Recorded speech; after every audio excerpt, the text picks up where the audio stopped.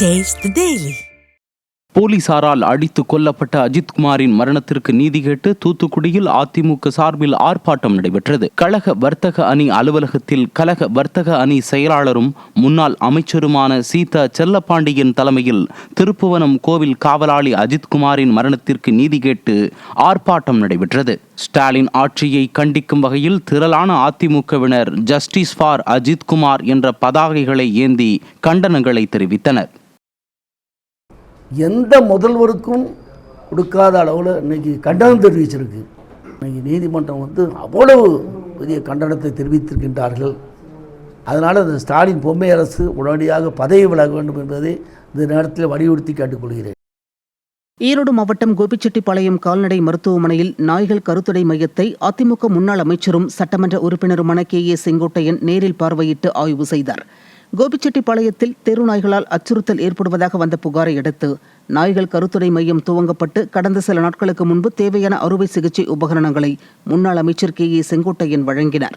இந்நிலையில் பல்வேறு பகுதிகளிலிருந்து பிடித்து வரப்பட்ட தெரு நாய்களுக்கு கருத்துடை அறுவை சிகிச்சை நடைபெற்றதை முன்னிட்டு கருத்துடை மையத்திற்கு அவர் நேரில் சென்று பார்வையிட்டு ஆய்வு செய்தார். மேட்டூர் அணையில் இருந்து வினாடிக்கு 70,000 கன அடி தண்ணீர் திறந்துவிடப்படுவதால் கொள்ளிடம் ஆற்றின் ஓரம் அமைந்துள்ள செங்கல் சூளைகளில் உற்பத்தி பாதிக்கப்பட்டுள்ளது. கொள்ளிடம் ஆற்றின் கரையோர பகுதிகளான தஞ்சாவூர் மாவட்டம் பட்டுக்குடி, கூடலூர், புத்தூர், குடிக்காடு உள்ளிட்ட கிராமங்களில் உள்ள நூற்றுக்கணக்கான செங்கல் சூளைகளில் ஆயிரக்கணக்கான தொழிலாளர்கள் பணியாற்றி வருகின்றனர். மேட்டூர் அணையிலிருந்து வினாடிக்கு 70,000 கன அடி தண்ணீர் திறந்துவிடப்படுவதால் கொள்ளிடம் கரையோரம் அமைந்துள்ள செங்கல் சூளைகளில் உற்பத்தி பாதிக்கப்பட்டு பணியாளர்கள் வேலை இழக்கும் அபாயம் ஏற்பட்டுள்ளது. விழுப்புரம் மாவட்டத்தில் தமிழக அரசின் கூட்டுறவு பண்ணை மற்றும் தனியார் உரக்கடைகளில் விற்கப்படும் உரம், பூச்சிக்கொல்லி மருந்துகளின் விலை அதிகரித்துள்ளதால் விவசாயிகள் கவலையடைந்துள்ளனர்.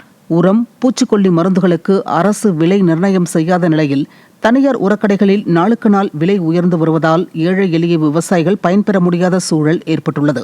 இதுகுறித்து பலமுறை விவசாயிகள் வலியுறுத்தியும் விடிய அரசு எவ்வித நடவடிக்கையும் எடுக்காததால் விவசாயம் செய்வதில் பல்வேறு இன்னல்கள் ஏற்படுவதாக விவசாயிகள் கவலை தெரிவித்திருக்கின்றனர்.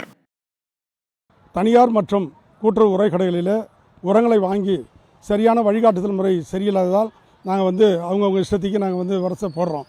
அதனால் பயிருக்கு அதிக நோய் தொல்லை ஏற்பட்டு பாதிக்கப்படுகிறோம். அதனால் நாங்கள் பல ஆயிரம் ரூபாய் கடன் வாங்கி விவசாயம் செய்து நாங்கள் பாதிக்கப்படுவதால் எங்களுக்கு சரியான ஒரு வழிகாட்டுதல் நெறிமுறை இல்லை. தனியார்கள் ஒவ்வொரு மாதம் விவசாய குறை கேட்பு கூட்டத்தில் தனியார் உரக்கடைகளும் மற்றவர்களும் துண்டு பிரசுரங்கள் மூலமாக அங்கே விநியோகம் செய்யப்படுகிறது. இந்தந்த உரங்களை வாங்கி நீங்கள் போடுங்க, மகசூல் அதிகமாக வரும்னு சொல்கிறாங்க. ஆனால் நாங்கள் அதை நம்பி நாங்கள் தனியார்களில் வாங்கி அந்த ரசாயன உரங்களை நாங்கள் இடும்போது எங்களுக்கு சரியான மகசூல் கிடைப்பதில்லை.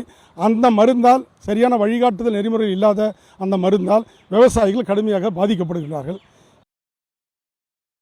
தஞ்சை மாவட்டம் பாபநாசத்தில் தனியார் மினி பேருந்து சேவையை அம்மா பேரவை மாவட்ட செயலாளர் துரை சண்முகப்பிரபு துவக்கி வைத்தார். பாபநாசத்திலிருந்து கோவத்தக்குடி வரை இயக்கப்பட்ட பேருந்து சேவையை விடிய அரசு நிறுத்தியதால் மக்கள் கடும் அவதியடைந்து வந்தனர்.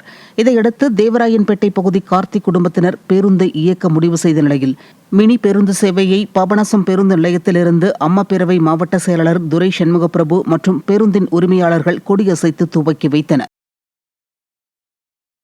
ராமநாதபுரம் மாவட்டம் மண்டபம் வடக்கு மீன்பிடி துறைமுகத்திற்கு செல்லும் பாலம் திடீரென உடைந்ததால் அந்த வழியாக தண்ணீர் ஏற்றி சென்ற வாகனம் விபத்திற்குள்ளானது. மீனவர்களுக்காக தண்ணீர் ஏற்றிக்கொண்டு மினி சரக்கு வாகனம் ஒன்று பாலத்தில் வந்தபோது பாலம் உடைந்து வாகனம் விபத்திற்குள்ளானது. பாழடைந்த இந்த பாலத்தை அப்புறப்படுத்திவிட்டு புதிய பாலம் அமைத்து தரும்படி பலமுறை மனு அளித்தும் விடிய அரசின் அதிகாரிகள் நடவடிக்கை எடுக்காததால் இத்தகைய விபத்து ஏற்பட்டதாக மீனவர்கள் குற்றம் சாட்டுகின்றனர். ராணிப்பேட்டை மாவட்டம் அரக்கோணம் அருகே அரசு நேரடி நெல் கொள்முதல் நிலையத்தில் விற்பனை செய்யப்பட்ட நெல் மணிகளுக்கு பணம் பட்டுவாடா செய்யவில்லை என கூறி விவசாயிகள் ஆர்ப்பாட்டத்தில் ஈடுபட்டனர். வளர்புரம் அரசு நேரடி நெல் கொள்முதல் நிலையத்தில் விவசாயிகள் விற்பனை செய்த நெல்லுக்கு கடந்த 3 மாத காலமாக பணம் பட்டுவாடா செய்யவில்லை என கூறப்படுகிறது. இதனை கண்டித்து விவசாயிகள் ஆர்ப்பாட்டம் செய்தனர். திருநற்ற ஸ்டாலின் மாடல் அரசு தங்களை தொடர்ந்து வஞ்சித்து வருவதாக விவசாயிகள் வேதனை தெரிவித்தனர். திருப்புவனம் இளைஞர் அஜித்குமாரின் மரணத்திற்கு நீதி கேட்டு திருநெல்வேலி சட்டக்கல்லூரி மாணவர்கள் கண்டன போராட்டத்தில் ஈடுபட்டனர். சிவகங்கை மாவட்டம் திருப்புவனத்தில் விசாரணைக்கு அழைத்துச் செல்லப்பட்ட அஜித்குமார் போலீசாரின் கொடூர தாக்குதல்களால் உயிரிழந்த சம்பவம் தமிழகம் முழுவதும் பெரும் அதிர்ச்சியை ஏற்படுத்தியுள்ளது. இந்த நிலையில் அஜித்குமாரின் மரணத்திற்கு நீதி கேட்டு திருநெல்வேலி சட்டக்கல்லூரி மாணவர்கள் கல்லூரி வாயில் முன் கண்டன போராட்டத்தில் ஈடுபட்டனர். மாணவர்கள் கையில் புகைப்படங்களை ஏந்தி அஜித்குமாரின் மரணத்திற்கு நீதி கேட்டும் அரசுக்கு எதிராகவும் கண்டன கோஷங்களை எழுப்பினர்.